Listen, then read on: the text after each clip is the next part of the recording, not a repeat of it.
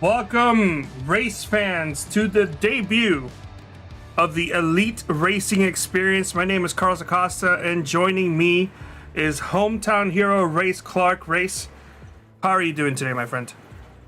Ooh, Carlos, I'm doing good. I'm pumped up. You're right, here at the home track, Nashville, high banks, a lot of opportunity. What are you thinking? Well, this is the first time I'm ever going to be doing anything involving the SRX vehicles in the SRX format, but it's not the first time in the Elite family. So thank you so much for having us here. This is the ERX, the Elite Racing Experience, presented by 3Y TV, and well, we're gonna have ourselves a fun time tonight. We have a SRX style format of 2 heat races followed by a 100 lap feature, all right, which will have the fun caution flag that'll come out anywhere between 8 and 10 minutes. So Race, how familiar are you with the SRX style races? Honestly, pretty familiar, and it sounds like we're kind of following the rules pretty down the line, which is pretty exciting. I feel like you said, Carlos, not a lot of people, well, you're not familiar with these cars, and I think you're in the same boat with a lot of us, me included. A lot of learning, a lot of entertainment. Now let me re-clarify something.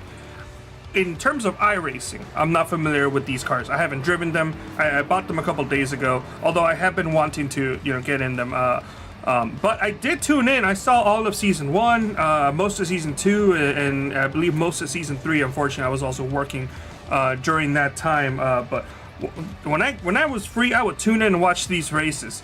So I am familiar with the format-ish. It's been a while, so I'm a little rusty. But I did love watching these drivers kind of have to take care of their vehicles and make them last, because you saw a lot of drivers with a lot of car failures there as the race kind of went on towards the last 100 or so laps, or excuse me, the last 20 or so laps of the 100 lap races. So I'm familiar with that in real life format, not familiar with it in iRacing, but I have heard, Race, that these vehicles are extremely tight to behave, and a lot of the drivers are kind of going to be struggling with getting that grip in the middle of the corner, as we are right now under qualifying format. Yes, Carlos, I've heard the same. Number 24, Matt Gruenberg, out there making his qualifying lap. I've even heard that some guys are out there shifting down to 3rd gear here at the Fairgrounds, which I'm not so sure if that was the case in real life. Maybe so. I'm not so sure, but really interesting to see how that'll come into play. Well, we just have about 2 minutes remaining in qualifying. Is that correct? I believe I saw that correctly. We have about 2 minutes remaining in qualifying. And then once that's over, we're going to go heat number 1. Should be 25 laps, I believe. We'll get the up-to-date information. I had it in here. Can't find it anymore, excuse me. And then followed by heat race number 2. It'll be average. It'll be an average of finish of heat number 1 and heat number 2 that will determine the final race startup for the feature, the main event here tonight. Awesome. Yeah. Invert. So, yeah, we got a lot of fun drivers out here tonight. We have a bunch of Elite past champions and Elite race winners. So if you haven't won an Elite, either a championship or a race win, unfortunately you're not eligible to race in the Elite Racing Experience. But we have 15, 16, 17 drivers out on track, or at least loaded into the session. From what I can see, we're on board with Chad Frankenfield, or we were looking at Chad Frankenfield. Now we're switching over to Tyler Fody. And all these drivers, well, we do want to give a shout out and a thank you to tonight's race sponsor, or the premier sponsors, I should say, Blue Egg Marketing and Roll Bike Technology. So shout out to them, but also shout out to Seth Rawls Design for designing every single one of these cars.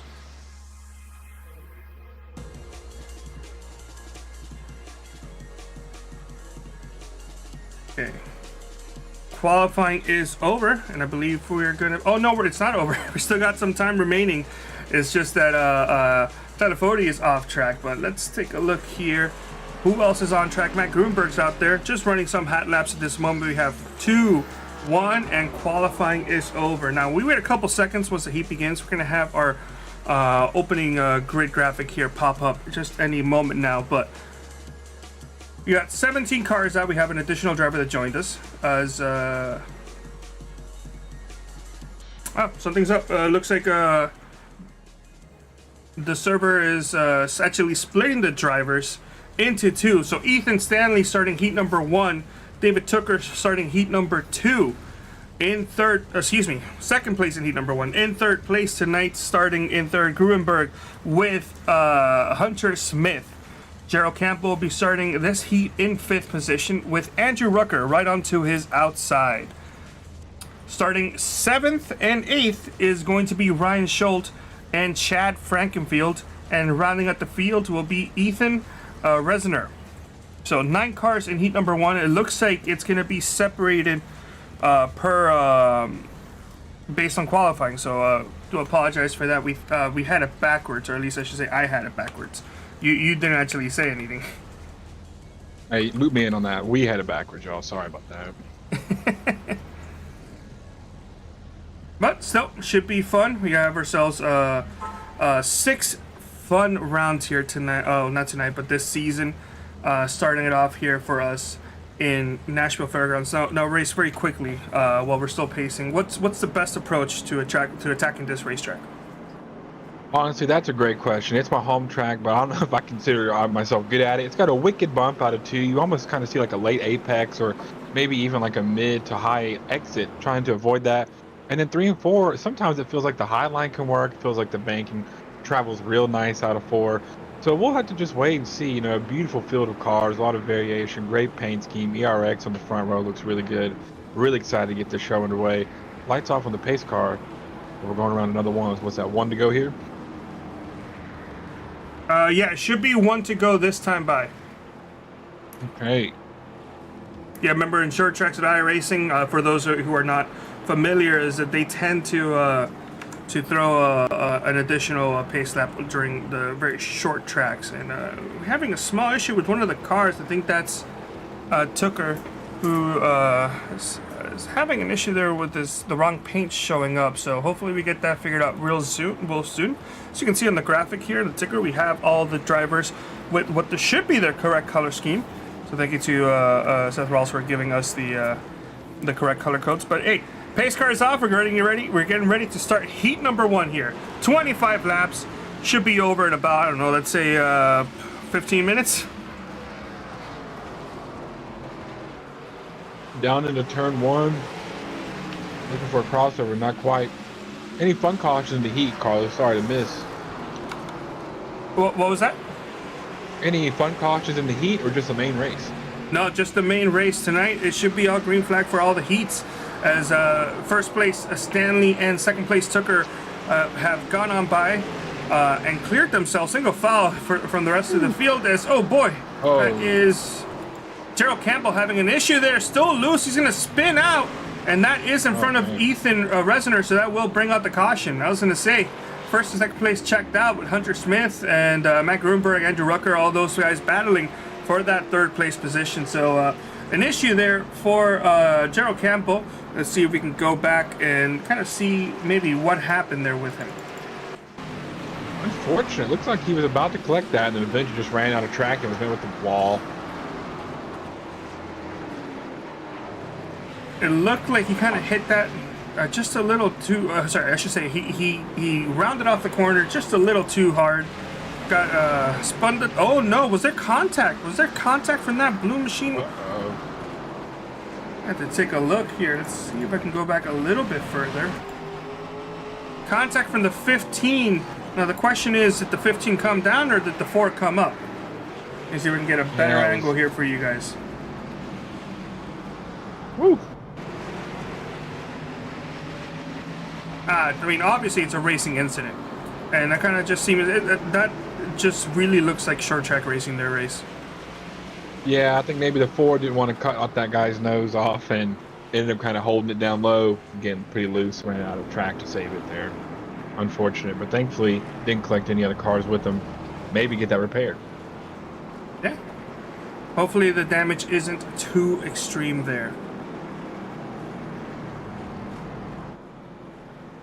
Trying to also figure out a small issue, but we should be going green this time by race. I'll let you go ahead and handle it while I try to clear out a small issue here with the graphics. It tends to happen during heat races.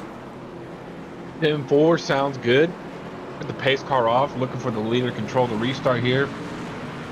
It looks like we're off. Number 92 Stanley taking a big lead down into turn one. Going to clear no problem. Side by side with Smith and Gruenberg looking on the outside. Oh no! Oh no, we got to spin back to number 64 Rucker around. Second caution of the night. Heat number one. Yeah, Rucker has gone around. Pull up the replay for that one as well. Oh, thought these cars were tight, Carlos. That's what I was hearing from a couple of drivers. The car was very hard to handle. May have came together right there. A little bit of net code too, though. I'll have to see. Let's switch to the blimp cam and see if it looks any different here.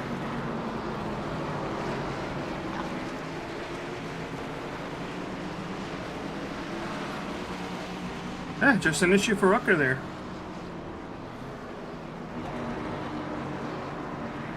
Around he goes, Hey. but isn't able to collect anybody else, so he should be good to go once we continue going. Yep, I think that race car will be okay compared to our first incident.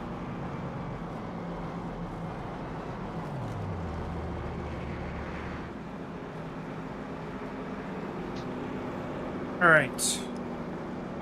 Trying to get, as you can see, there's obviously a graphical bug there on our tower, which I believe happens with heat racing. So, What's his last name? Whose? Oh, Rutgers. But I'm talking about the tower specifically. We are having an issue with. Don't know why that. It only happens with heat races and heat races that get like a split field. I blame my racing. I'm pointing the finger.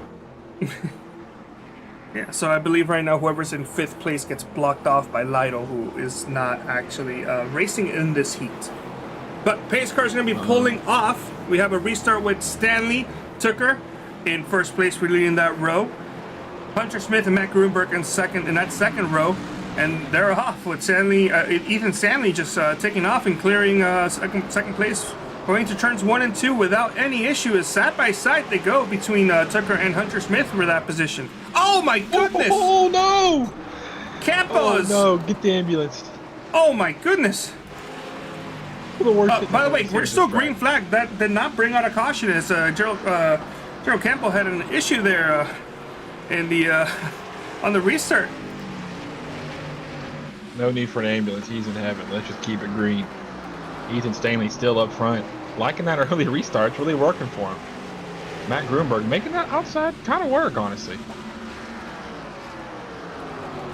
Yeah, no surprise to anybody. He did get a meatball flag from that, and that makes the second retiree for the night in the first heat, as Ethan Resner did pull off during that first caution. Unsure why he was not involved in that first caution, but did pull off the track. And now Gerald Campo, who is obviously, we saw his car just kind of do a bunch of pirouettes within a couple seconds while in the air. That car is not going to continue, but they do have a backup ready for the main event. That was very impressive. Hope he's okay. All right, let's take a look at that replay while everybody has gone single file. We're going to quickly look at that, see what happened to Gerald Campo. Oh, just too much beans exiting the corner, and car shot up straight up into the outside wall when you overcorrected it. Man, big hit. Thankfully, got it back up. All right, Ethan Stanley, yeah, control. Exactly. Ethan Stanley calmly with a almost 1 second lead going into turns number. Oh, there we go. Start finish line with 10 laps remaining in the first heat. Tucker still in second place. It's pretty much been the same 1, 2, 3 since the start of the race. Now Chad Frankenfield has moved up 4 spots into 4th position. And Hunter Smith has dropped down a couple. He did start in 4th, though he's technically only dropped 1 spot, but he was running a little bit higher up on that last restart. It is kind of looking like a mid to high lane. You're seeing not many people there wrapping the bottom line. The car's kind of starting to stable out. Wonder if the sun going down, a little bit of traffic, maybe changing up the characteristics of these cars, but a lot of learning tonight, I'm sure, from everybody in the field. On board here with Chad Frankenfield, as he is trying to get try to do anything to get past that number 24 of Matt Gruenberg. Going to his inside. He's been so competitive on the high side of other cars. Probably learning a lot, maybe getting some heat in the high side. Real competitive, Matt Gruenberg. P3.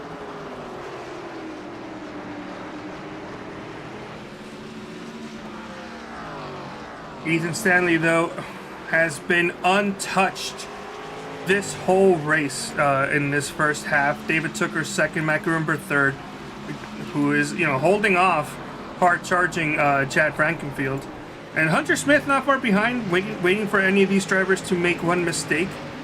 But it looks like with the way it's going, these drivers may be finishing in this same exact position, unless something can happen.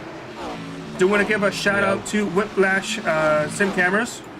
They have provided Elite Racing League with custom camera sets for all of their 2023B season races and broadcasts. So shout out to them if you wanna check them out. Check out their Discord on Whiplash Sim Cams. Should be something in the description about that you can click on. Wow. We'll have to take a look at that. There's some great angles. Thanks, Whiplash. Yeah. Carlos, if I'm Ethan Stanley, I couldn't help but start to grin to myself. This pace I've got. I'm already thinking about the future, what I'm going to get done, and how I'm going to do it. Well, if you start in first place like Stanley is, it's going to be a lot easier than, for example, if you're Andrew Rooker and you start well towards the tail end of the field. Very true. I'm not seeing a whole lot of passing. See Matt Gruenberg able to defend very well on the high side there. So I'm thinking I'd really like to have a good starting spot in this final race.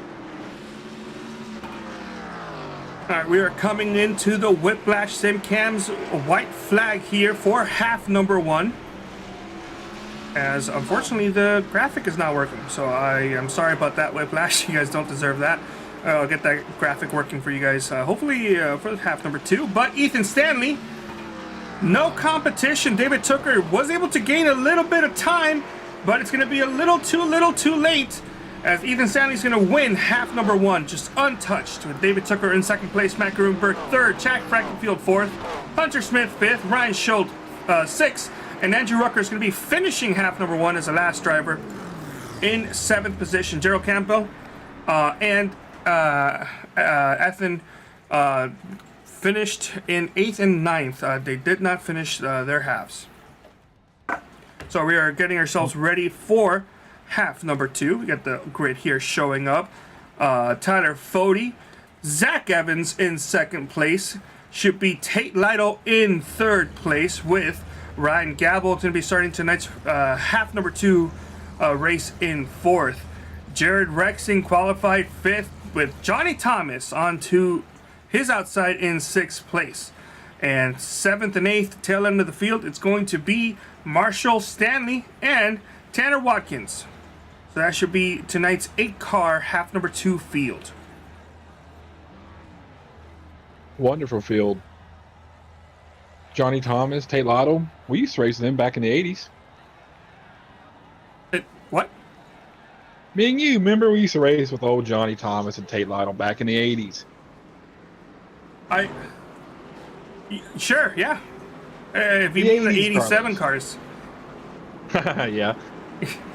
Because I was definitely not alive in the 80s. No trick into it.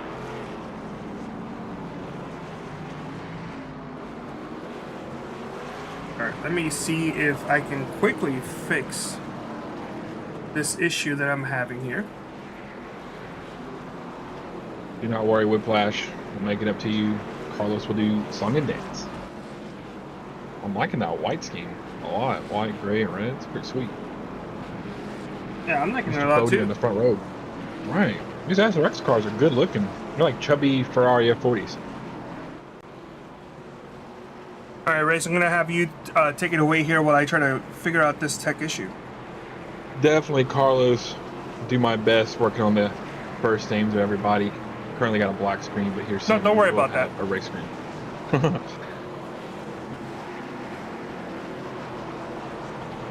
And welcome back. Pace car's off. Mr. Fody is on the gas pedal. We're green. Lap 1 of heat number 2 down to turn 1. Side by side to most of the field. The number 40 already hard length of the gap. Side by side for second here. Tate Lytle on the inside already looking competitive. Got Gavel right behind him looking to maybe take advantage of this. Evans hoping to stay defensive on the top side. It would look good in heat 1. By the way, we have Samantha Gruenberg on the chat saying, "Don't worry, race." I was there. I remember watching you in the 80s. So you do have a fan out there. Yeah, that remembers all those actions. But yeah, Tyler Fody checked out by over almost half a second lead towards Lytle. I did get the graphic fixed, so that's all good. As far as the Whiplash cameras, it's set up correctly. I'm not sure why it's not showing, so I'm gonna have to take a look at that after the broadcast.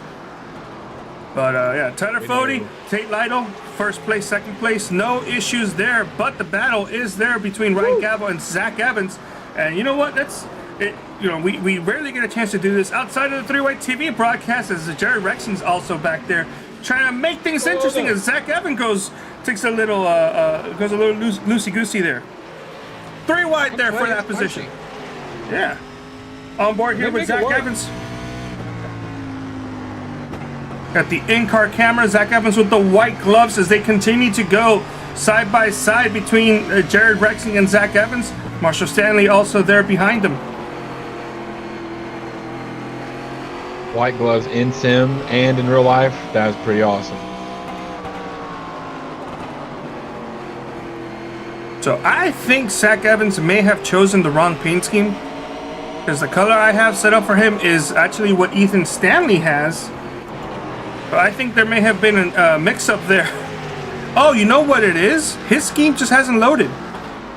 Oh. That's what it is. Yeah, at least I'm hoping that's the issue. Because the opposite would be a Zach Evans issue. And, you know, I don't really think it's Zach Evans that kind of has that going on for him. But Tyler Fody, who also has the wrong scheme on.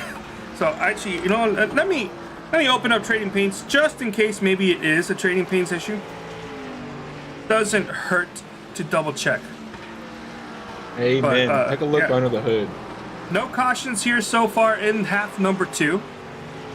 As we have 17 laps remaining. However, Tyler Fody and Tate Lytle just pulling away from the rest of the field, as Jared Rexing and Zach Evans are the next 2 pairs, followed by Marshall Stanley and Johnny Thomas. And you know what, Johnny Thomas also giving us a nice in-car view. Look at that man. Got himself a fresh trim for tonight's race. Right. Hi, Johnny. Long time no see. Keep it up out there. Johnny Thomas qualified 6th, is currently running in 6th place. So I'm sure he's going to want to get a couple free spots here, because the more spots you make up here in the half, the easier it's going to be for you in the feature race. Agreed. You could see how much important was put on that race start. I'm sure they saw heat 1, how hard it was to pass. They were 3 wide, bumping and banging. Starting to single file out now, so I can see what you saw in heat 1. See why track position is so important.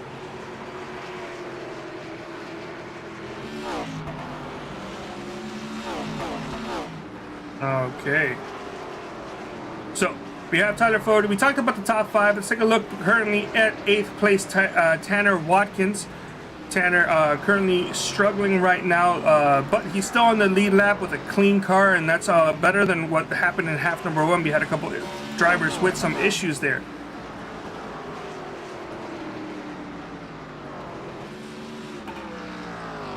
All right. Okay. Paint schemes are looking good. Paint schemes are looking... Oh, and there we go, Zach. You know what? That was a Trading Paints issue. Because I remember seeing it on the other feed, yeah.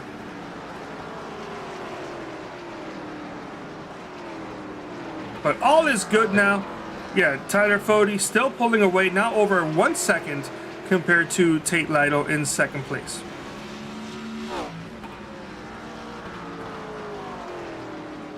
Tyler Fody, sort of like the first race. Ethan Stanley sort of just pulling away. Wonderful see, sort of the same. Tate Lytle maybe start to come back here with 11 to go. But sort of kind of singled out here. Got what you got. I'm sure lots of notes being taken for the heat race. Much longer race. And we know that right front's getting worn out compared to these shorter races. Yep, well said. Why don't you go ahead and take over for a little bit longer, so I'm trying to deal with another issue here. Okay.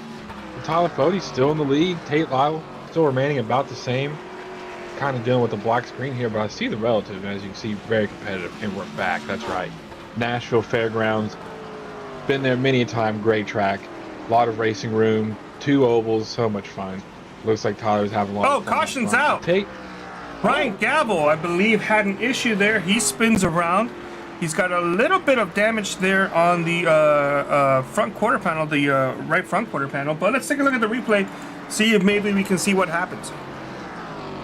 By himself, which is not really what you want to see. Did he give it too much beans exiting the corner? And he did. Too much gas there exiting turns 3 and 4. Goes around, little kiss on the wall, on the outside wall. But his car should be A-okay. They may not even need a backup for the feature. Yeah, I'd say we'll just hammer that one out. This changes everything, though, here for the end. What kind of tires does Tyler have? What kind of tires does Tate have? And then we saw how aggressive these guys were willing to get in the heat. Really interested in this restart.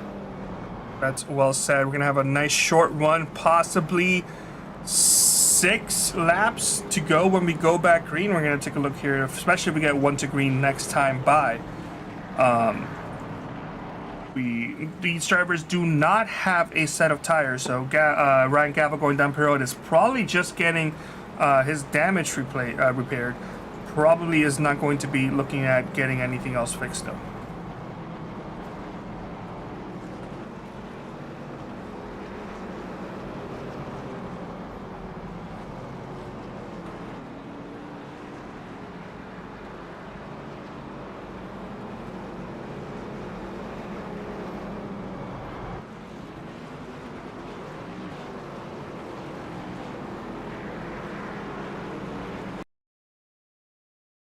It's on warmed up.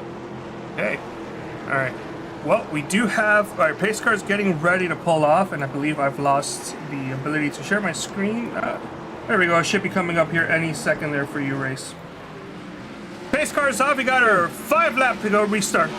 Oh, excuse me. I choked up on my spit side by side. They're going to go there. Tate Lytle, Tyler Fody, the advantage going to the inside car, Fody, but Tate Lytle's going to have a run a bit on the outside. He's going to get that position as they side-by-side go into turns 3 and 4. Inside getting a good run, but outside... Oh, did they make contact? They did! They're wrecking! No.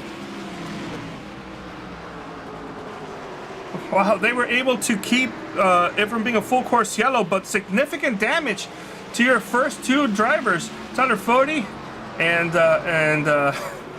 Tate Lytle. Tate Lytle, biggest loser there in that scenario, dropped a ton, but now Jared Rexing leading with 3 laps to go. Yeah, I mean, Tate remains strong there on the high side. Looks like they kind of ran out of room. But like you said, Tyler Fody did not lose. Oh no! We got a spin right there. Zach Evans goes around. 2 spins. Tanner Watkins also goes around, so... Get the backup out. That's a shame, but we'll see if we can pull up the replay as to what happened there. Maybe even pull up a replay as to what happened with the leaders crashing off of 4. Well, first of all, let's start the issue here with Zach Evans. Going around, got loose, corrected it, but then made some contact with the driver in second place. And unfortunately, that turned him around, and I'm assuming Tanner Watkins did the same, just mostly trying to... panicking as to what was happening in front of him. Just wondered that wicked bump got the 3rd place position there out of line, the exit of 2. And you can see all those guys hitting and driving. Oh yeah, exactly what it was. It's scary. That's why all them guys are running high. It's just like it'll get you. All right, now I think this was the issue there with the race leaders. I had a little hiccup, so I actually couldn't see what happened, but yeah, contact there. And I think Tyler Fody, I don't know if he came up or if Tate Lytle went down, but they made contact and they just kept gripped together. And in this case, 8 tires was not better than 4, as they both just slid up into the outside wall. Jay Mitchell on the YouTube chat saying, evening. Hello, Jay. Hope you're having a great time tonight. And then Ray Bracey saying, very uncharacteristic of Ryan to crash without involving anyone else. So Ray Bracey commentating on Ryan Gavel's spin to bring out the first caution of half number 2. Hey Ray, how you doing? It just kind of felt like Tate Lytle was on his door, which he has every right to do. He has the right to that space. But, you know, sometimes when you pinch a guy or pressure him, you kind of risk him maybe hitting a bump or moving up a little bit, maybe getting a bit of that situation there. But good racing regardless. It happens. Kind of see how both of them fast. Really interested to see if Tate Lytle can get some positions here. It's going to be a hectic restart. All right, well, we have one to green. We're going to have a green-white checkered here. Hopefully we don't have any other issues here and we can finish this race very quickly. Half number one kind of had issues in the first half of the race in the early part. Half number two, though, was very clean for the majority of the race until this last quarter of the race, where we had a driver spin out, and then since then it's been another driver that had another issue. Agreed. Let's see what we do here. Green, white, checkered. Looks like Jared's off pretty early there. Green flag. Yep, Jared Rexing going to be cleared, and so will Johnny Thomas into second place. Well, actually, never mind. Tyler Fode's going to sneak up on the outside. Johnny got loose. He's loose there on the inside battling. We got the onboard here with Johnny as he's going side by side there for second place between 3 and 4. Exiting the corner, the advantage is going to go to Tyler Fode as the Whiplash sim racing cameras. A white flag is out for Jared Rexing. Johnny Thomas wheeling that thing. Great angle, great cut to that one there. But yeah, the high side looking strong again. Tyler Fode is going to take this one P2. Jared Rexing with a great restart. P1 in heat number 2. Not bad. What a shock. I did not expect to see the two dominating drivers, Tyler Fode and Tate Lytle, kind of make contact there. That costed them themselves dearly. Except for Tyler Fode, he did a great job bouncing back. But now we're going on to tonight's feature race event, an event that will have a the fun flag. So our off-track official will throw out a caution randomly anywhere between 6 to 10 minutes of racing. So we don't know when it's going to happen. We'll just know at some point that a fun flag may come out, you know, if a regular caution does not come out before then. But race, we've seen 2 heats.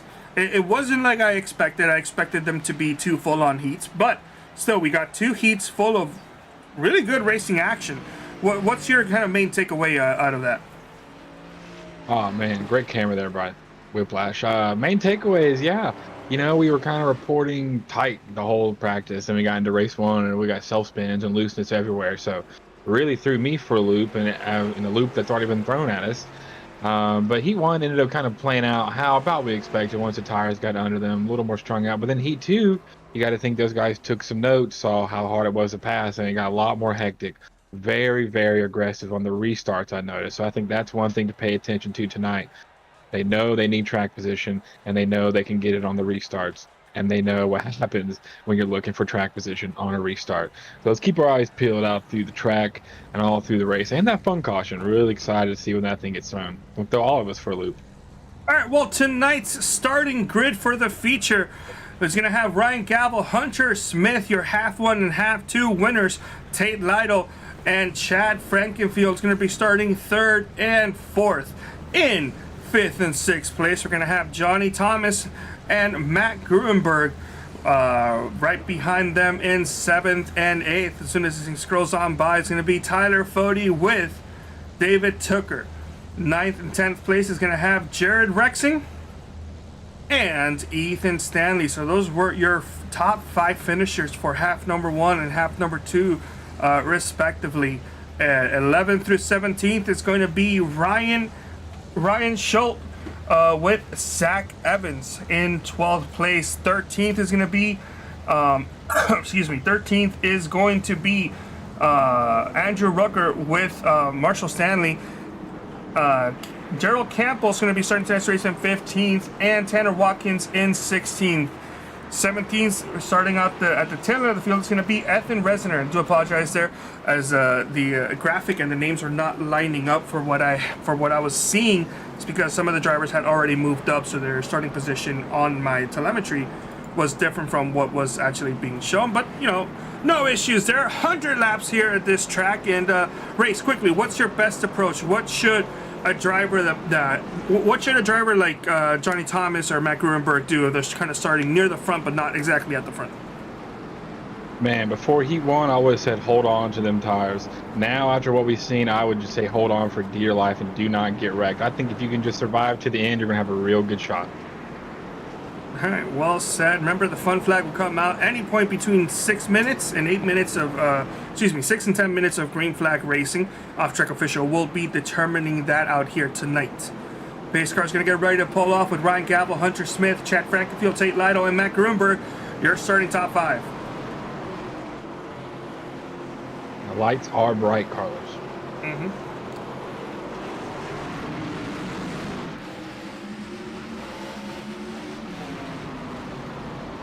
We are green. That's Ryan Gavel down into turn 1. Oh man, we are stacked up everywhere throughout the field. Looks like the number 12 will clear for P1 out of turn 2. Side by side everywhere. That's Tate Lytle there looking there on the bottom, making up for the heat woes he had in heat number 2. Don't look to be affecting too much. Got that car nice and repaired. Looking for P2 now. I mean, that is the way to do it, I think, on these starts right there. Get you some position and then file in. Yeah, no issue there for Gavel, but Hunter Smith and Tate Lytle battling for that second position as a little break for Chad Frankenfield as he single found there wrecking right behind Oh, no. Andrew Rucker. And I think Tanner Watkins has involved in that one.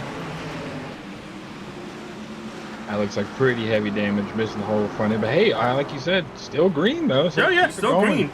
That car is done though. Tanner Watkins has a meatball flag. Surprisingly, Rucker does not. He's still out there going even though he's missing a front bumper. Oh, Actually, yeah, staying out yeah. of the way of the leaders, thankfully. I thought the caution did come out. That's why I was still focusing on the wrecked drivers. I was wondering why the engines were still going at full blast, but the caution is out now. I believe Oh, wow. that is because of the incident. It was either, oh no, Andrew Rucker has gone around again. I wonder if that car is really broken. He was trying to maybe make it around to another caution. Ended up being the caution, unfortunately. That's unfortunate for sure. Now let's take a look, see if what happened to Andrew Rucker the second time, and then we'll take a look at the first issue there. Exiting Pear Road, still not quite sure what the damage is. I think he hit that bump you were talking about, or is our turns 1 and 2? Yeah, I think that's more the exit of turns 2 before we get you 2 because the banking falls off so aggressively and all of a sudden you're on a flat surface with the wheel cranked. All right, now let's pull up that replay of that first incident there between Andrew Rucker and Tanner Watkins. Oh, Who got tight there. Unfortunate there for that car, that black and gray car. Who is that? That's Watkins. That's Andrew Watkins, who we already have report that he has cleared his meatball flag, so the car is not going to be parked by iRacing for the time being. All right. Quick repairs. Good job by the crew down there. That's pit lane. Another angle here. Gets loose, drifts up, hits the 5, and then just takes. He just takes Tanner Watkins for a wild ride. I really am shocked the caution did not come out at that point. I really thought it did. Me too. I was locked in as if we were under yellow, and I took a quick peek. I see a little green circle. I was like, whoops, Ryan Gavel.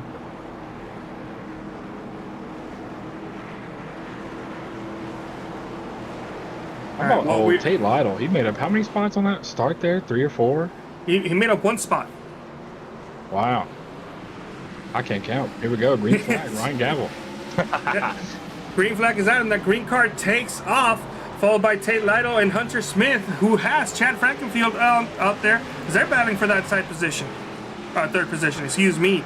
Advantage going to Frankenfield on the outside line. The number 9, who is Hunter Smith on the inside there, trying to do the best he can, but on these tracks, the advantage is always going to be on the driver on the outside.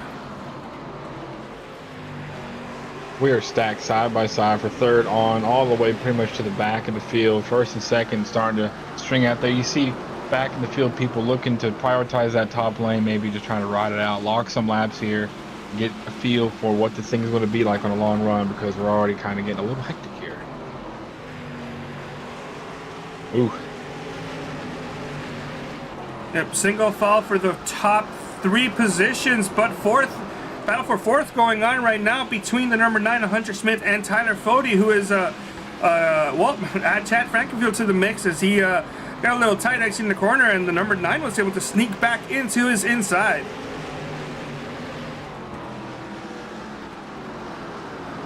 Everybody kind of searching for grip, searching for a move. I mean, it seems like you got the 76 running high and low, and 1 and 2, and then switches it up the next lap. Really, still a lot of searching here, looking for a lot of confidence. But meanwhile, Ryan Gavel is out there kind of starting to pull a lead on Tate Lytle on the rest of the field.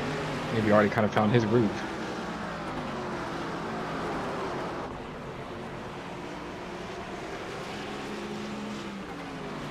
Matt Grunberg there in the 24 car. He started 7th, I believe, looking for him to maybe battle on the outside.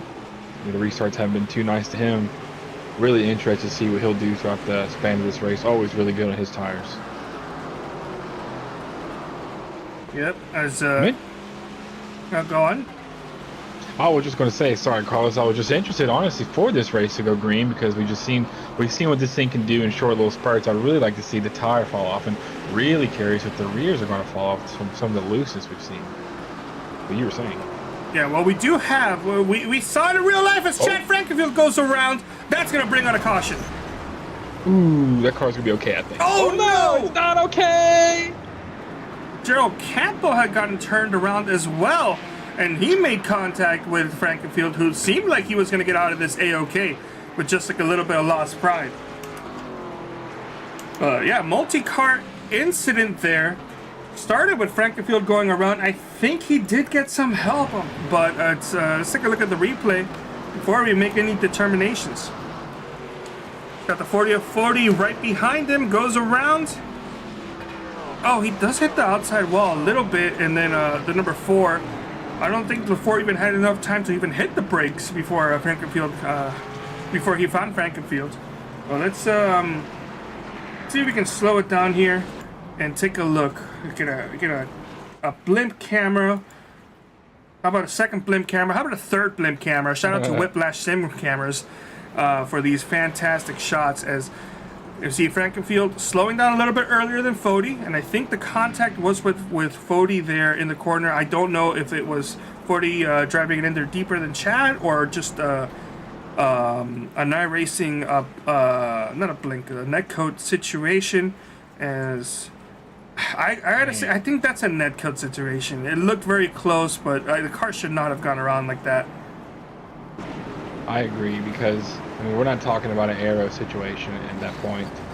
That has to be, I'd say, netcode or just extreme coincidence, and then unfortunate for the 4 there. But it looks like Chad ends up taking a harder hit into the outside wall than I initially thought. Let's see what happens with the 4 here. Yeah, taking a look here on the 4. We saw the spin that happened up ahead. Was a checkup that caused... Oh! From behind, he got some help. Wasn't quite sure who that was. That may have been Marshall Stanley. That's who it was. Marshall Stanley couldn't see exactly what was going on. Made some contact, and unfortunately that spun the 4 into Chad Frankenfield. Big old wings, high banking, limits of visibility. Stuff happens quick. Unfortunate. Hopefully those guys get that repaired. Man, hanging real far back from the pace car. I was wondering where that sucker was at. Yeah, they are really far back from the pace car. I am not sure why that is the case. I'll tell you, at the track real life, they restart like the beginning of turn 3, maybe trying to emulate a little bit of that. Maybe Ryan Gavel's trying to get on out of here. Well, they're off. A late restart. Yeah, very late restart, far away from the pace car, but they're able to make it work so far, going into 1 and 2. No problem for Ryan Gavel, as he has cleared himself from second place. But now Tate Lytle and Ethan Stanley battling for that position, as the advantage goes on to that number 92, that brownish looking car on the outside. Is that brown, or would you call that a different color? That's a great question. Maybe an orange, like a burnt orange, you know, but brown, I would accept both. If anyone called that orange or brown, I'm like, yep, thumbs up. But he has made his way to the battle for the lead. Was really interested, saw him deeper in the field. But Ryan Gavel's got a lot of pace. Oh man. That's Rucker, who's gone around, no caution. But if he can't get his car turned around on time, that might just bring out the caution. But there he goes, no problem there for him, as he's back to going around. As we go here on the 3Wide TV multi-camera to take a look at some of the battles going on in the middle of the track there. As we also focus on the race leaders, because Ethan Stanley is right there on the back bumper, trying to get that lead position from Ryan Gabel. Ryan Gabel finally getting challenged by somebody here in this race. Battles everywhere, and we got the tech to show it. Thank you, Carlos. Beautiful production, beautiful camera angles, Whiplash. And we got a battle inside Ethan Stanley on Ryan Gabel, side by side, 1 and 2. Careful that bump, watch him go over it. Ethan Stanley's a wheel man. He's been a wheel man all night, no problem for him. Down into 3 and 4, side by side still. You can really tell multiple grooves here. A lot of strength on the outside, I feel like. You can really hold the guy down. Loose, though. I think Ethan Stanley's going to clear him after that one. Wow. Good little battle there. Yeah, Ethan Stanley put the power down a little too much there, exiting 4. Got a little loosey-goosey, wasn't able to get it fully gripped out there, and lost the lead with that for sure. Is now Stanley to the top point. Stanley, biggest mover of the feature so far, plus 9 positions from where he started. And Ryan Gabel has finally succumbed his race lead, dropping down into 2nd place. The question is this Gabel kind of killing his tires a little bit, or what is this a different type of scenario where Stanley's just faster? That's very true. You know, we're in uncharted territory now, lap 26, so we're going to be learning a lot. You know, Ethan gets past from there, but doesn't necessarily take off. Ryan Gabel right on his rear end there. And then I'm also thinking about Tyler Fody, you know, our Heat 2 strong competitor. Could have won it, sitting there in 5th place. Wondering if this goes long. Did Ethan and Ryan burn those things up? Because like you said, big mover there. That costs a lot of time to get it done. Really, really interested in some green flag racing here. Really want to see a good run and see where these tires go, and maybe see some comers and some goers.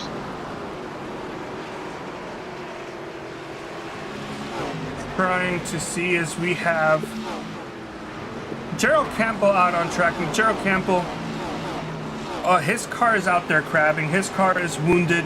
That vehicle is obviously not in the best of conditions to win tonight's race, but he was a driver that we talked to before the race started, and he did agree to kind of be our green flag driver. What's it called? Our green flag driver in-race reporter. So let's go ahead and bring him up right now in what's probably the best time, considering that he's dealing with a wounded race car, so he's not in the heat of the moment. But Gerald Campbell, you got a copy? Yeah, I got a copy. It's just my button is upside down, so I'm pushing it with a finger that I've never used before to talk to you right now. But yeah, I'm here. So your car's looking good. Do you think you can win tonight's race? No, absolutely not. Not with that. I mean, all I did was get tapped from behind, and it turned me around, and it gave me like 7 minutes of repairs again, and an upside down steering wheel. So yeah, needless to say, these things not very similar to how they are in real life. They do not do very well for damage. Interesting. I know, Gerald, at the beginning you were talking about how tight it was and some potential shifting. Has that still been the case as the sun has set and everyone's got some more laps, or are we looking at maybe more loose cars? I feel like people have stuck to just staying at 4th gear. 3rd gear, just I think people are just focusing on just trying to get the thing to turn more than anything. It's extremely tight. Yeah, so it's just slam on the brakes as hard as you can and then having to gas it at the perfect time. You have to wait on the throttle for so long. If you do an onboard with one of those leaders, they're probably off the gas for a good 2-3 seconds, which is quite a lot for a track like this, where, you know, when we do any kind of like late models or something else at this racetrack, you know, you want to feather the throttle a little bit to help it turn, but that's just not the case right now in these cars. Throttle does not help it with turning. So yeah, just the nighttime, all it did was make it even darker inside the cars, because there's not a lot of visibility inside of them. The windshield is very small, so it's very hard to tell who's around you. Wow, I did not consider the windshield. Well, dang, thank you for the detailed description, Gerald. Unfortunate how your night has ended up, but really appreciative to have you up here in the booth. Let us know what it's like inside this car, because I can tell you really much other than what I've seen on the TV. It's been very entertaining, though, I will say, from up here in the booth. Well, that's good. Again, I think everyone's just trying to get into kind of a rhythm. I think once we get closer to when the money is paid out, you're gonna see probably drivers push and shove, because it's so difficult on the green flag runs to make those spots up. The restarts is where you're going to want to see the most amount of positions gained. So expect the restarts to be chaotic, to say the least. Yes, I agree. That's kind of what me and Carlos were feeling, where it was hard to pass. That felt like the opportunity was on the restarts. We were really feeling that heat too. A lot of aggressive racing out there. Any chance of getting that car repaired up?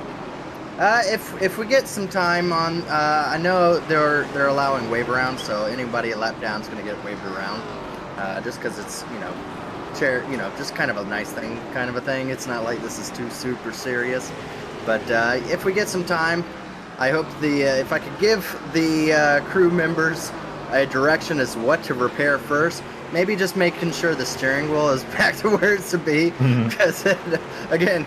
I'm pushing it with my pinky to talk to you, and on the other hand than I normally am, so it's very disorienting. That's crazy. You sound like a true professional right now. Agreed. Well, not driving like one, but I'm glad I sound like one. Oh, right now it's just Rucker, yourself, and Watkins that are one lap down. Hopefully you do get that wave round. We do have the fun flag that could come out here tonight and play unless another caution comes out. So you're guaranteed at least one more caution before this night is over. So we wish you the best of luck.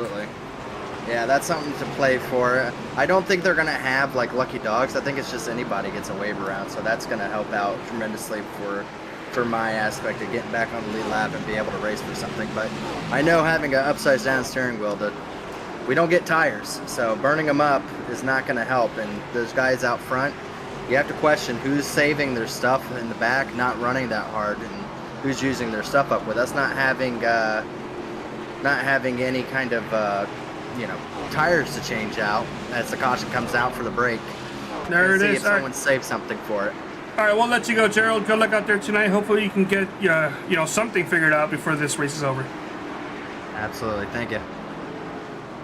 All right, Discord's acting a little weird tonight, so Gerald, apologize if it takes you a while to get moved out.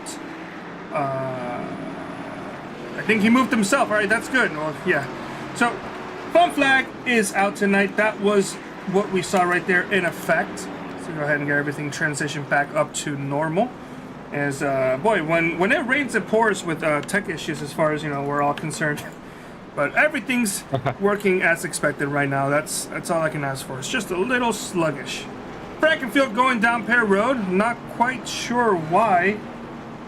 Yes, and from what I can see, he did tear up that outside wall. You can see like significant damage there to that right side of the kicking tires vehicle.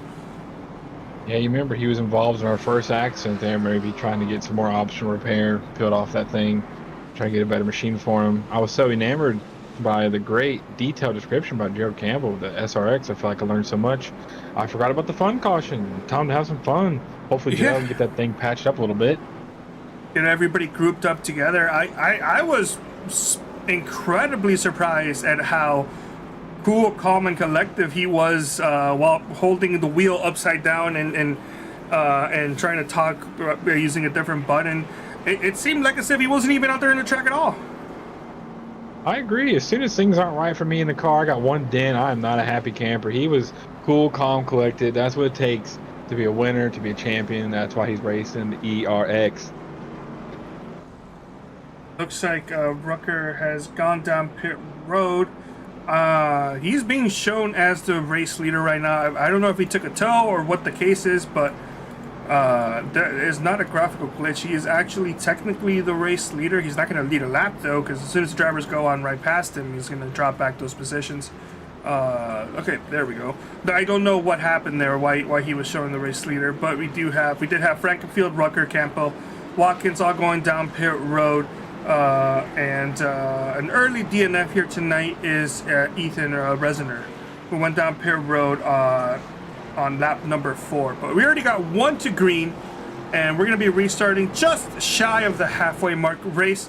What are you seeing right now? What are you liking? Honestly, I'm liking Stanley getting up there. Apologies, guys. I don't know his first name still. I was waiting for him to see what happened. Biggest mover. I wonder if Ryan Gavel's going to bounce back. And now we got Tate Lytle. I mean, through adversity all night there on the inside row. Really interested to see what they're going to do here. We're off. Stanley, early restart on the outside. The outside being chosen there even for these guys on the restarts. Very interesting, but he's already clear. Hopefully Tate Lytle probably looking to get clear of the Ryan Gavel. really get to battling here. Almost halfway. Oh, contact between Tate Lytle and He's been Gavel! turned! Oh, the Oh. one around. Uh-oh. Oh. I think that was Frankenfield that Man, made that could've been No, bad. that was not Frankenfield. I apologize. That was Watkins that made contact with one of those drivers that did go sideways. As boy, that's shaking some things up there. If you're Ethan Stanley, though, you're thinking, well, it's a lot of competition out of my rear view. That's unfortunate, though. Man. I don't know if Tate Lytle hit the brakes earlier than Gavel was expecting, or whatever the deal was, but Gavel ran right into the back bumper of Tate Lytle and spun both of themselves around. And let's see who else may have gotten caught up. Let's go here on board with the roll car with Ryan Gavel. Oh, man. It just feels like he's just right up on his bumper there, and Tate goes to make his entry. It almost seemed like at first maybe Ryan Gavel was looking to make a move to the inside as soon as Tate Lytle made his corner entry there. Two conflicting ideas came together.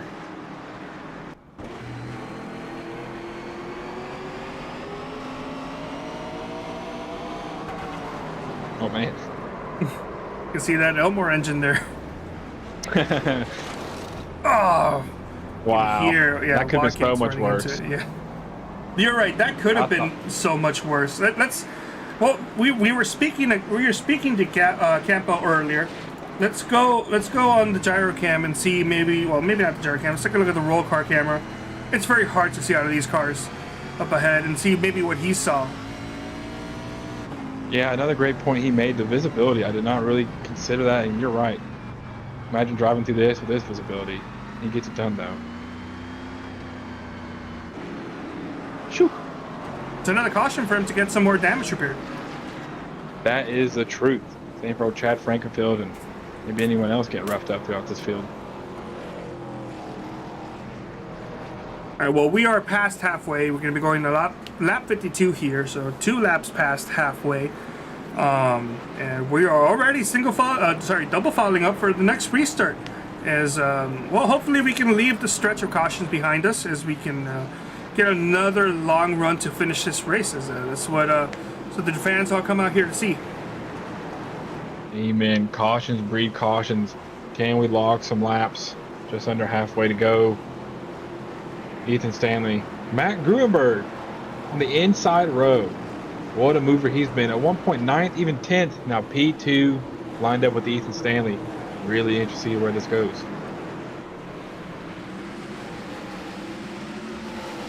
Stanley took off well early there compared to what Matt Gruenberg's expecting, and Matt Gruenberg may lose that second place position to Tyler Fody there on the outside line as the advantage. That's where you want to be at all points of the track. Right behind him is David Tucker, and the wrong paint scheme, I believe, as now he's going to go to the outside of Matt Gruenberg, as Matt Gruenberg just pretty much caught sleeping there on that restart. Oh, Yeah, around goes Gavel. Oh, no. Caution's back out. Man. Now, the question is, was that payback, or was this just an isolated incident? Oh, yes, that could be interesting. And Carlos, I was informed, apparently Matt Gruenberg had a heroic drive through the previous incident. We're looking for entertainment. Wondering what just happened here, though. Well, if that's true, then I'll see if we can get a replay on that one. But let's take a look at what happened to Ryan Gavel as...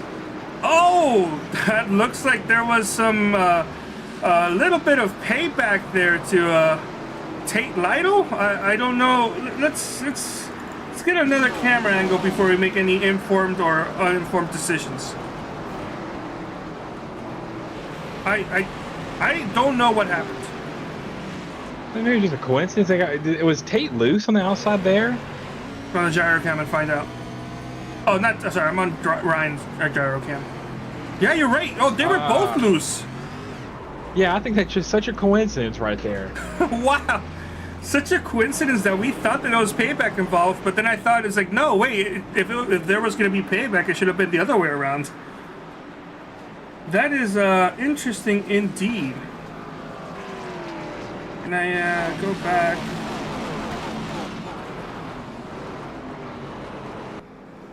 Yeah, you see Tate getting loose. We saw the 12 get loose as well. They made contact yet again.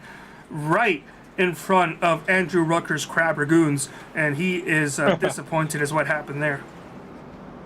Yeah, that's just such a crazy coincidence. It's like Ryan met Tate's bumper as he was finishing his snap. Series of unfortunate events for those two drivers right there. Well, we're going to be getting another restart here with 43 laps remaining here in this race.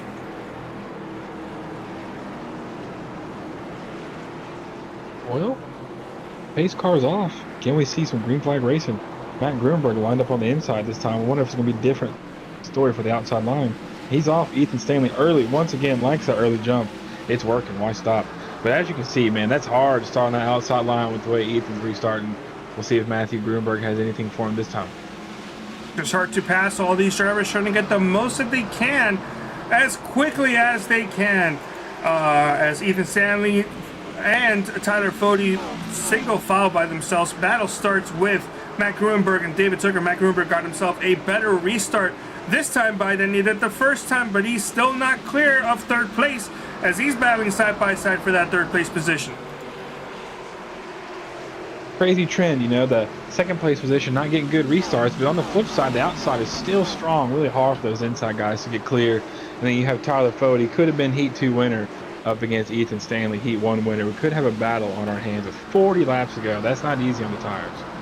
ERX driving in there deep on Matt Grunberg. It's not going to work out for him, though, as Grunberg's going to potentially clear him there on the outside line.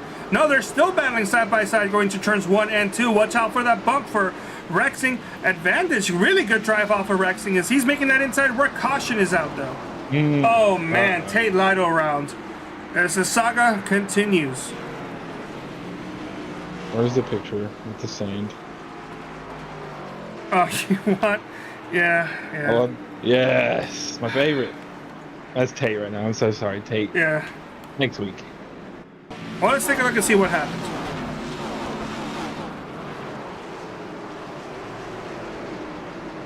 The car's just loose. Unfortunate night. Whatever happened with that last spin has just loosened up that car. That or Tate Lido could just be overdriving the car more, trying to get as many positions as he can now that he's dropped, since, you know, as mentioned, it's very hard to pass. I wonder if we have any track on these guys. Who's pitting, who's not. Do we have tires? Right now, I really don't know about that. No, there are no tires. Pitting. There are no tires. Okay, so yeah.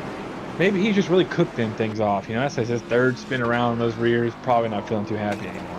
It's possible. We do have drivers down Pear Road, but as I mentioned, these drivers do not have any set of tires that they can change into. So the only thing they're doing is repairing the car and possibly fuel. I mean, yeah, they can give themselves fuel, but I think that would kind of be a disadvantage, wouldn't it be?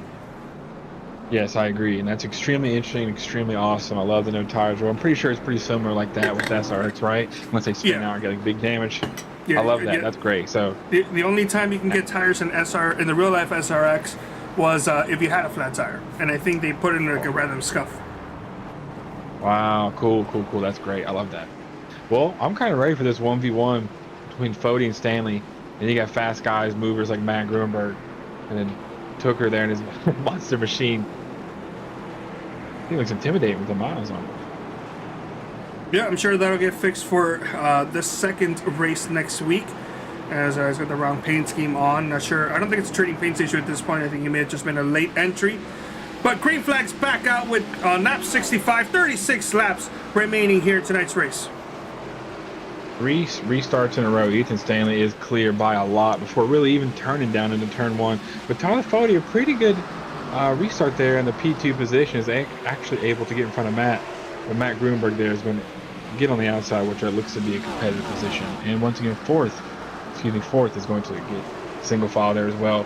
You can really tell these guys are scrambling to get single file, maybe to that mid to high line, because it's tough battling side by side. Single file for everybody except Jared Rexing and Hunter Smith. I almost said Hunter, because I thought his name was Hunter and then his last name was also Hunter.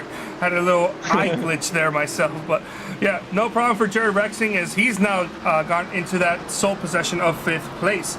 As everybody's single file, we got Zach Evans and Johnny Thomas, and let's go on board with Zach Evans. We were on board with him for a split second. Let's go back on board. Here we got the white gloves currently battling in that 8th place position. And of course, right in front of him is our other in-car camera driver, Johnny Thomas, as he's in 7th place. Zach Evans is doing pretty good. He's gained 4 spots from where he started in 12th place. However, Johnny Thomas started tonight's race in 5th, has dropped those 2 positions down into 7th place. All night for Zach Evans. And Johnny Thomas here on board, wheeling that thing. Looking back there, Zach Evans. Not too much to complain about, not too much to celebrate, but you know, we're kicking off week 1, learning a whole lot about this car, especially deep into this run. 70 laps on this thing. I bet them tires are screaming. It's 30 laps remaining. Next time by, it would be interesting to see who was saving tires. I would expect it would be somebody within that 5th to maybe 10th place position, as they would kind of relatively be close enough, hoping for another late caution, which at the pace they're going, we should have another caution sometime soon with the fun flag coming out. See if they can attack if they're saving tires. But the front drivers, I don't really think that they're going to be, they don't have anything else remaining, as Zach Evans is going for that position there in between Johnny Thomas, in front of Johnny Thomas, trying to get that 7th place spot. You can tell Johnny's wheeling that car for all it's got. The rear just barely stepping out, but hanging on right there, right on the grip. Zach Evans smiling almost, looks like calm and collected, cool white gloves, cool collection. The only mistake he has is wearing those white gloves. You can see if you wreck somebody. But we have a side-by-side battle, slightly up ahead between Matt Gruenberg and Hunter Smith. Excuse me, Jared Rexing and Matt Gruenberg. I apologize. No worries, this guy's been back and forth all night. Jared Rexing completes the pass. And meanwhile, Tyler Fody, yes, looky there, just staying calmly within 2/10, not dropping, not losing. Maybe just hanging on to his own tires. Maybe feels confident about his car's current position. Maybe waiting for some more laps to log here before making his big move. I don't know. It's down 5 100ths. Looking feisty. Look at the nosedive, hard on the brakes there. They're looking around. Very interesting. It's been pretty close, but behind them, David Tucker in 3rd place position. Look at that. His last 5 laps are all on the green. He's been gaining time on Ethan Stanley these last 5, almost 6 laps, I believe. And slowly and surely, he's going to be climbing his way into this battle. Yeah, about 25, 24 to go here. You got to think with the way the tires are now, they're about to be side by side. They're going to get to racing. Wow, very close. Chop in the nose. Things are going to get close. I'd say if I'm David Tucker, I'm liking what I'm seeing. Especially we got Rexing and Gruenberg battling behind him. It's pretty much got nothing but time to really figure out what these two are going to do and then make his move. It's very obvious right now that Stanley is the slower of these 3 drivers. However, he does have the track position advantage. All he has to do is hang on. It's going to be very hard to make a pass, especially if you're defending using that outside line. Now, what's Fody going to do? What's Tucker going to do when they get closer into maybe even almost a single-digit numbers of laps remaining? As Tucker, he's already looking to the inside of Fody, not content but just running and saving tires. As caution is out, Schultz has spun around. Oh man, does that change everything? We about had us a good 3-way battle for the lead there.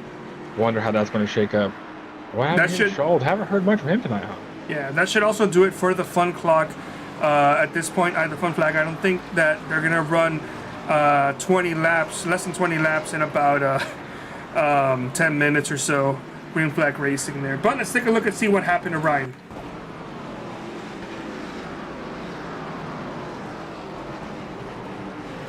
By himself. Oh, he got some help there. He got some help from that bright yellow machine. I need to see who that was, though. As you mentioned you're still you're not really familiar with the drivers' names. You haven't really commentated much. It's just sort of early start for you, race here. Welcome aboard to the world of commentating. Hopefully you have a fun time. But I'm also getting myself familiar with these drivers in these cars. As let's take a look at a different angle. Yeah, early apologies to Tyler. I was going with Foddy earlier. I got it locked into Foddy. Yeah. As a little bit of little a bit of check up there, exiting the corner where the 13 of Ryan Scholl was probably, at least from what Andrew Rucker was expecting, to get on the gas. He did not, and Rucker got right up into the back bumper of that number 13 machine, spinning him around, bringing out the caution for the, I have the number right up here as soon as it shows up. The 7th time here tonight. That's going to stack everybody back up. Going to be restarting with, I believe, 17 laps remaining and race. 17 laps. We saw how we saw how slow Stanley was. Whether it was Stanley being slower in general or just slower because he's saving tires, we don't know. But the question is, what's Fody and Tucker going to have to do to get past that slower number 92? Yeah, I really don't know, because like you said, looking slow, but he had that track position. And then if you got Tucker back there looking to bite at the heels of Fody, it's going to get real interesting as we go green. But every single time, don't matter the tire, David Stanley's so good on these restarts, clears easy down to 1 and 2. Side by side, Jared Rexon, and he's back, Jared Fody. Bit of an issue there, just quickly, no problem. He's having a little instability issue, but everything should be a-okay. As Tyler Fody has cleared that second place position right in front of Rexing. Rexing sniffing on that back bumper, trying to push him just a little bit further going into the corner. But now David Tucker is looking to the inside of Rexing, but with the outside line getting the advantage, it looks like, well, they're still battling for that position, but I expect the outside line to clear him, clear Tucker, no problem there. They're still going to battle going into turns 1 and 2. This is battle for third place continues on into the night. Man, if I'm Tucker, I'm wanting to clear Jared Rexing so bad. He knows he's got the pace. He knows he's got the tire, but he's losing both of those side by side. And Tyler Fody starting to get his footing, starting to track down that good restart by Ethan Stanley. 15 to go, a decent amount of time, but as you know, that's not a whole lot of time. It's about time to really lock in here and make your moves. And he clears him. Jared Rexing is cleared by David Tucker. P3. Probably look to track down the leaders now. Yeah, we saw it. It was Tyler Fody and David Tucker that were gaining significant time on Stanley. So it was interesting to see if Tucker could have gotten past Fody there on that restart. Wasn't able to and got held up by Jared Rexing. But now they're 1, 2, 3, 4, 5, 6 single file. A lot of these drivers, 7 cars, first 7 car single file before we get to Matt Gruenberg, actually in 7th place, and Zach Evans there battling for side-by-side for that position. Is now the 97, or excuse me, the 91 of Johnny Thomas. Sorry, that one kind of looked like a 7 there for a second, as he's now stuck on the outside battling for that 6th place position. Zach Evans was looking for a move, but Matthew Gruenberg said, nuh-uh, shot to the inside with his own move there on Johnny Thomas, looking to clear him, maybe move up into position to battle for the 5th spot. Wonderful split came here. As you see, Tyler Fody starting to gain his footing a little bit, but David Tucker's right on his tail. But what importance it is, that track position, and a great restart on top of it for David Stanley to have bad tire wear, but now all of a sudden be in a pretty comfortable position with 10 to go, but Tyler Fody's looking to make him uncomfortable there. Almost door to door. Great racing everywhere throughout the field. You can really tell it's time to finish this one up. 10 laps remaining here for the inaugural Elite Racing Experience here, round 1 at the Nashville Fairgrounds, as Stanley holding up Fody and Tucker for that lead position here. But Stanley, I think he's doing a much better job now trying to hold on to that position, as he's not actually being threatened at the time being. It kind of seems more like Tyler Fody's kind of defending that 2nd place position from David Tucker. This is impressive. Mr. Stanley, I mean, he looked like his win was under threat. Get a caution, get a restart, and then, as soon as he starts to get a little bit of that lead dented into, he just sort of picks it up a little bit, really managing the pace so well. And then you got David Tucker applying pressure, which, you got to think at this point, he's probably liking what he's seen in the review. But I don't know. Really close here. It's only going to take one moment. I mean, they are bumper to bumper to bumper. And you mentioned the key word right there, bumper. It's going to take, I think, a key bumper move there with, I will probably say the last lap, to maybe get a pass for the win. It's not going to be a clean pass, but, it's all fair in games. It's all fair here with bumpers on, short track racing. You're expecting that. And as long as it's done cleanly without wrecking the driver, I don't think anybody's going to have an issue with you using the front bumper, but I'm not seeing it out of Tyler Fody. He's not there. It's either Tyler Fody saving a little bit of tires before making one attempt, or he's probably cooked his tires, and now Stanley is maybe just a little bit faster. I think you're right, Carlos. I really feel like his opportunity may have gone away with that caution on top of Stanley just having a great final run here. And you got David, maybe cooked his tires a little bit, having to go side by side with Jared Rexing to secure his P3. But nevertheless, like you said, I think the bumper may be the only option, and these cars are well equipped. You see the big old bars on the back sticking out there. I wonder, is Tyler waiting, biding his time? Because he knows, make a move too early. David's right there on the inside to capitalize. 4 to go, almost 3 to go here. We're about to find out. Yeah, and David Tucker genuinely looks like he's faster than Ethan Stanley, as he blinked out for a second, but he can't get past Tyler Fody, so that's what's kind of holding him up. I do think if he did get past Fody, we would be having a battle for the lead at the moment, but Fody's out there right now holding on to his own in second place. And by all means, he could actually be faster than Stanley. He's maybe saving his stuff, but with 2 laps to go here this time by as David Tucker got a little loosey-goosey exiting the corner. It's now going to be a 2-car battle for this race lead. Yeah, I think that kind of opens up the playbook a little more for Tyler Fody now.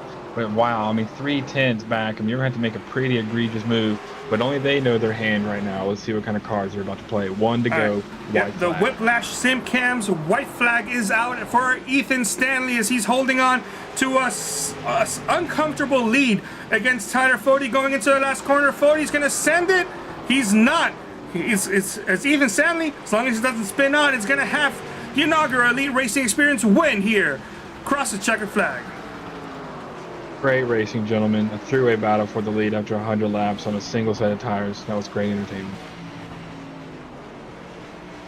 Tyler Fody second, David Tucker third, Jared Rexing fourth, and fifth place is going to be Zach Evans.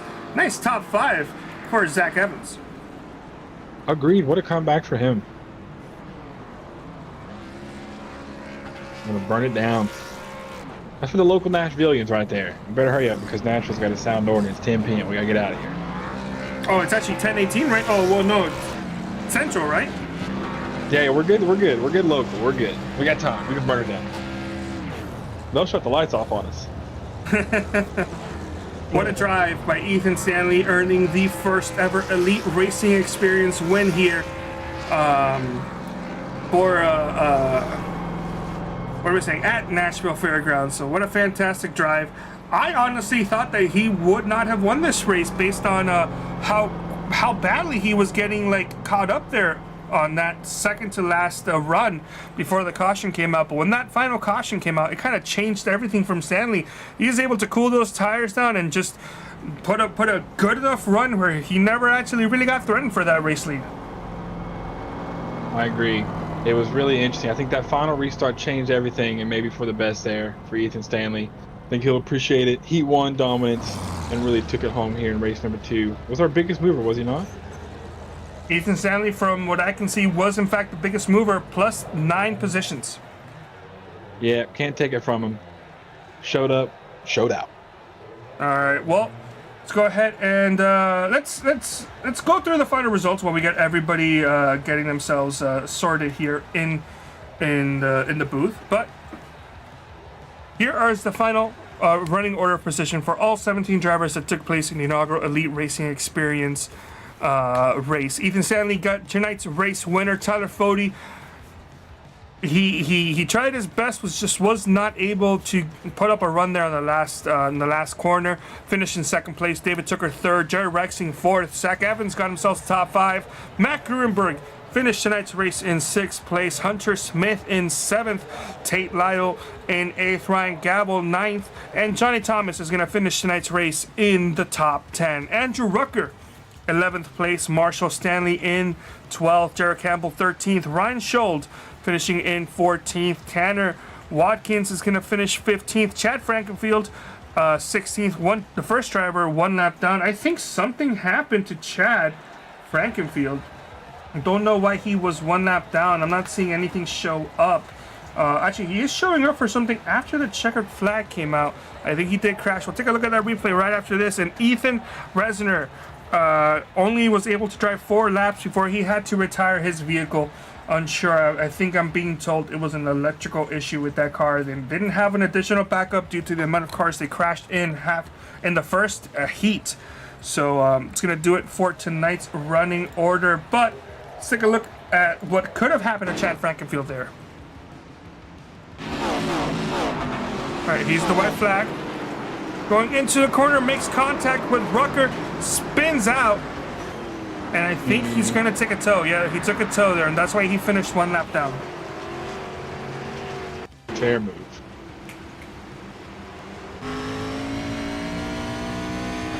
Right into the corner. Just didn't expect Rucker to check up that badly.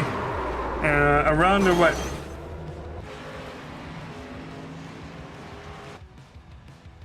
All right, let's go ahead and get the gap up here going again. Oops, turn that off. But let's go ahead and bring up tonight's 3rd place finisher, David Tooker, as I believe Discord's doing that thing where it blocks off people's name. Is David Tooker the 2nd guy on the waiting room? If he's Tooker 83, yeah. Yeah, that should be him then. All right. Cool. All right, well, Race, here you are with tonight's 3rd place finisher, David Tooker. Hello, David Tooker. Great racing tonight. P3, nothing to shake a stick at. Really curious, though, what were you thinking after that final restart, having to restart after you were almost looking like you were going to challenge for the lead? Yeah, it was a pretty fun race all night long. You know, we had a a mid-race crisis, missing the wreck between Gavel and Tate Lytle, which was a little scary, a little too close for comfort. But no, we felt solid all day long. I felt like we had at least a top 3, if not top 5, maybe even compete for the win type of night going. It was just so hard to pass. I noticed I could get into the corner and out a little better than those guys up in front of me. It was just trying to muscle them out of the way. With these cars, it's kind of tough to do the classic bump and run that you'd normally see in like a stock car, but with the nose slanted down a little bit, it kind of picks the rear end up, and then they're chasing it up the track, and you don't want to wreck the guy in front of you. You want to just race him clean. So I kind of knew that going in. I think the toughest part was, like I said, just trying to get that outside lane to work. I was doing a little bit higher entry, cutting the bottom, trying to get underneath Fody, which I felt like that would have opened the door somewhat for me to get there, but I just couldn't do it. But either way, I'm happy with the podium. First time driving this car, first time in this series with these guys. I race these guys every single week, so some of our best up here. So to finish top 3 with those guys is really awesome. Agreed, David. Really well said. I mean, you said it really great yourself. I was really curious also about how them tires are feeling at the end, or does anybody by chance get a look at the percentage left on the right front? It really felt like tire wear was all over the place up and down the field. Yeah, it was gonna be the the who can save the most kind of battle. I came in after that race 79% on both sides, which I would assume of the two others of the top 3, I would think I had the better percentage. I definitely felt like I was better than those guys, especially in the last, I would say, 5 or 10 laps. I couldn't get the lanes to work for me. But no, it was just a battle of keeping that right front on it. This car tends to push a little bit through entry center and a little bit of snappy loose on exit, so it's just, you know, got to be careful not to dive bomb the corner and also not throttle up too early on exit with it being so bumpy. But no, it was definitely a tire conserve. I felt like if I didn't do as good of a job as I did there, I definitely would have been either 4th or 5th, or who knows, farther back. But honestly, these guys that are running this group, they're such good drivers. It's gonna be whoever gets out front. I feel like track position is gonna be the most important thing in this series, for sure. All these guys, like, we all know how to save tire really well, especially Fody, and Stanley's getting up there too. He just won his Xfinity title. Shout out to him. He did a great job learning how to save tire throughout this season. So yeah, I think that's going to be the biggest thing for the next race, is who can save the most tire and make the run towards the end. And if not, it's going to be who has track position. Awesome. Well said. So well explained. I really appreciate that. And a great race out there, David. P3. Anyone or anything you'd like to shout out? Yeah, I want to shout out everybody that's involved with this series. Chad put this together for us. You know, a little one-off for our summer break, which is awesome. I really do appreciate 3Wide TV coming on board with broadcast. You guys did a great job up here too. Also ERX. This series, honestly, like I've never ran this car before, and it was a whole new, not necessarily a new driving experience, but it was a fun one. It's not the normal stock cars that we're used to driving. So also want to give a shout out to Seth Rawls for painting all these beautiful paint schemes. Hopefully the next one I'll have a matching scheme with everybody else. It was kind of a late thing to show up and run this, but regardless, I have fun. So shout out to everybody that's involved with this series. I can't remember any names off the top of my head. I feel bad, but yeah, just everybody that's involved with Elite and making this thing run as well as it does. Also, you guys up in the booth for what you're doing up here. Really appreciate it. Thank you, David. I appreciate you. That's really it for me. Carlos, anything from you? Yeah, it's, you got any updates you want to go ahead and give us? Updates. Oh, Sorry, man. not updates. I apologize. I'm reading something as I'm trying to prepare also for next week. An update was a word that I was reading that I accidentally said. But actually, no, I do have one question before we talk about your updates, which in this case is actually supposed to be shout-outs. But what lane would you have preferred to have been in on that final restart? You know, I think at the start of the run, tires cool down, everything's kind of reset for those first 5 laps. Outside was definitely the way to go, especially going through the bumps on the bottom lane. I think it was just easier to hold those guys up, at least trap them on the bottom, get a little bit wider of an exit run to exit straighter out towards the wall. I think that was kind of the plan, or at least that's what I wanted for that last restart. I think getting by those guys a lot sooner than I did. You know, Grunberg and Rexing, those guys were really fast up there with us too. I don't really think it was a big difference. I think it was just who got out front between those 3, myself included. But I think the outside was definitely the way to go once you got on those restarts. If I could have maybe had that, I maybe could have cleared a lot sooner. Maybe I had less track to gain on those guys, which I feel like probably would have opened the door a little bit better for my tires. But you know, you just kind of take those things as you get them. I knew I just had to be consistent, not hit the apron and get loose off the corner. I'd maintain with those guys on the outside, especially with the shorter distance. You can drive it in a little bit deeper and hopefully get the slide job, which we ended up doing on Rexing. I kind of backed him up a little bit through the exit of the corners, so I appreciate him cutting me a break there. But no, outside, at least here, is definitely the way to go. All right, thank you. Well, you have any shout-outs you want to give us before we let you go on for the night? Yeah, like I said, everybody that's involved with this program, Chad, everybody, all of our admin, 3Wide TV for putting this on, all of our drivers. This is some of our top drivers across the Elite Racing Series. So to compete with some new names and some old names as well, that's really cool. Also want to shout out all our sponsors. I'm blanking on sponsors right now. Seth Rawls, he does a great job with painting all these paint schemes, so shout out to him. And also kind of a little off thing, but I guess I could throw in Pro Edge Racing in there. They've been a team of mine for the past 10, almost 15 years now. So happy to be running with those guys. Those are some of my best friends. Glad I could put on a podium result. Hopefully we can get a win here in this series a couple weeks, or maybe next week even.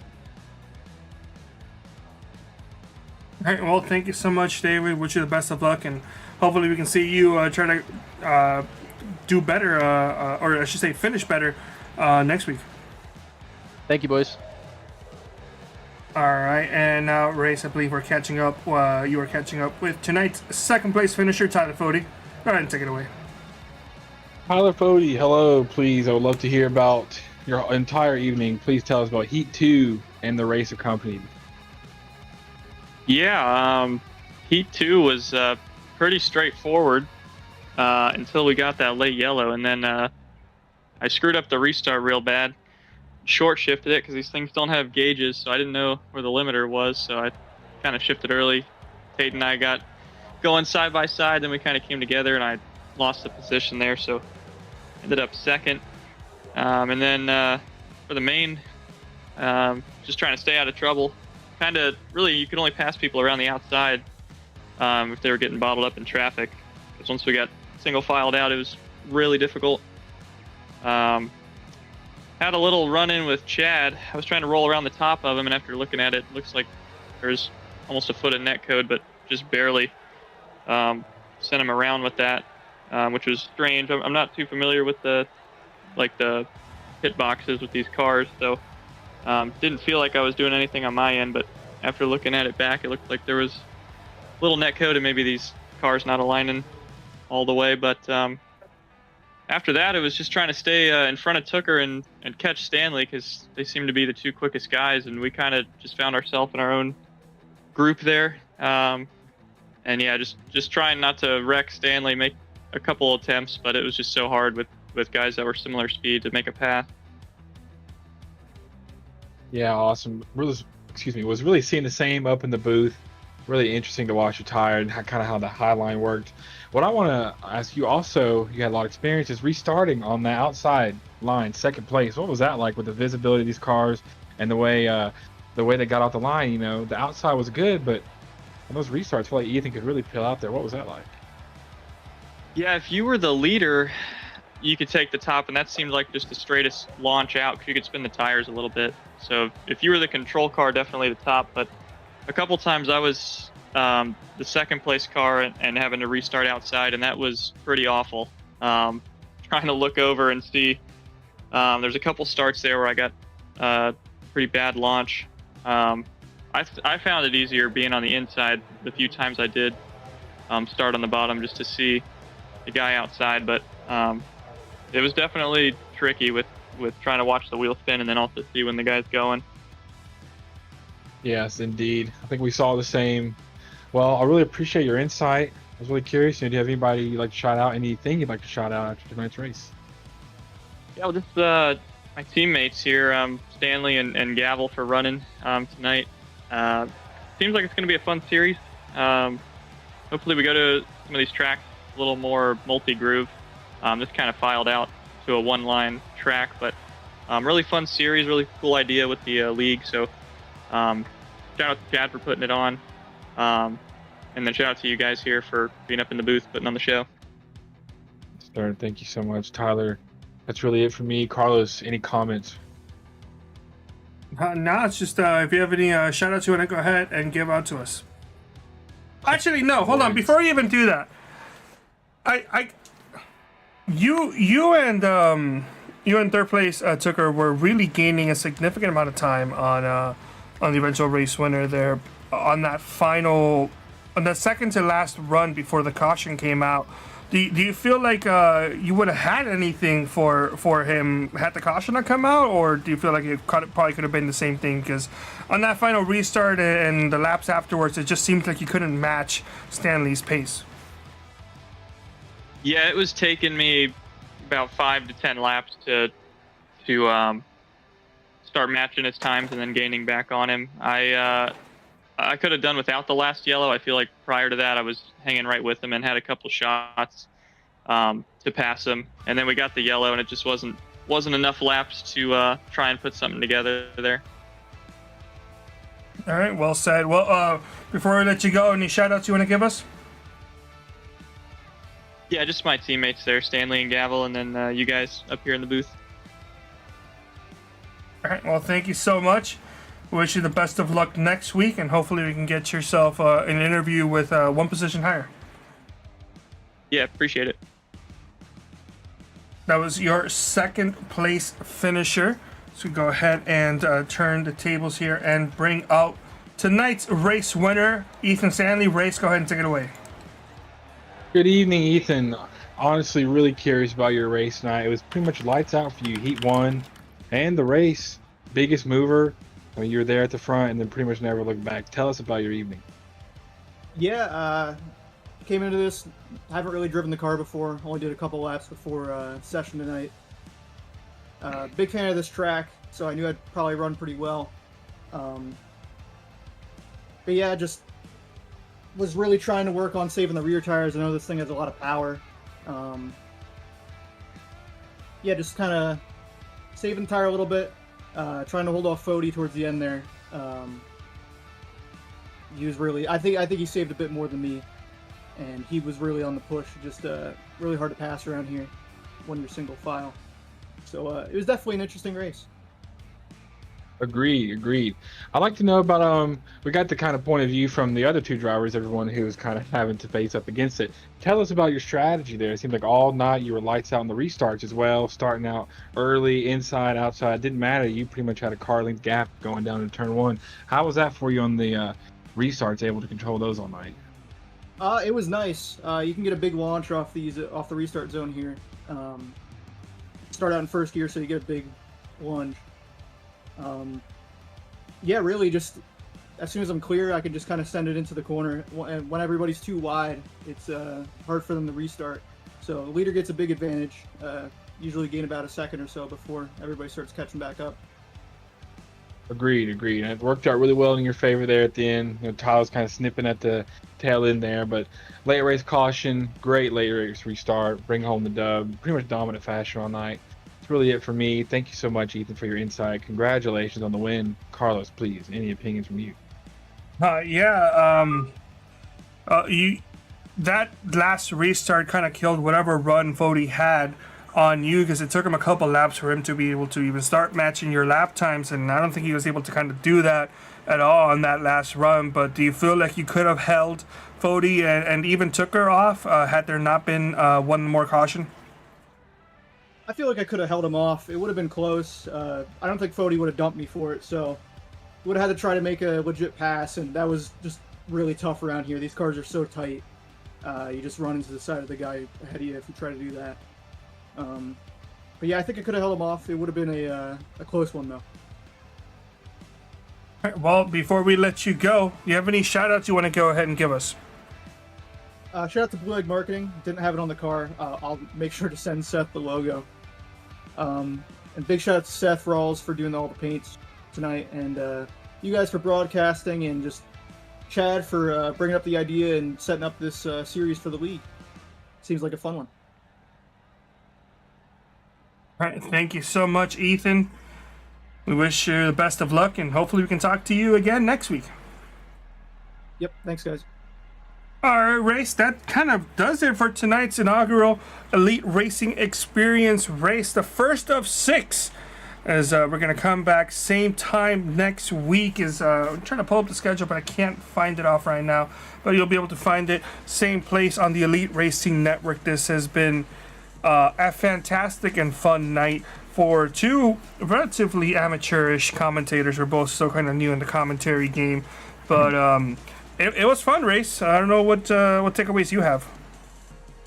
I think you're right. It was a lot of fun. We had 2 completely different races in Heat 1 and 2, and then a bunch of variations, some green flag running, some cumbers, some goers, some big movers. It was a lot of fun. You did great, Carlos. The show was great. The interviews are great. I love the multicam. Worked through adversity. Discord is literally not doing well. Trading paints, iRacing, you name it. You worked through it all. A lot of fun. Really appreciate ERX, Chad Frankfeld, all them guys putting on the show, and all the guys racing. It was super entertaining, truly. Joy to call, and I really appreciate you having me on tonight. Yep, thank you. Now, unfortunately, you're not going to be here next week. You were going to an event. I forgot what it was. But we're going to have you back for week 3 and for the rest of the season. But that's going to pretty much do it for us out here tonight. Thank you so much for tuning in. Don't forget to tune in next week for race number 2. And, well, we'll see you guys next time.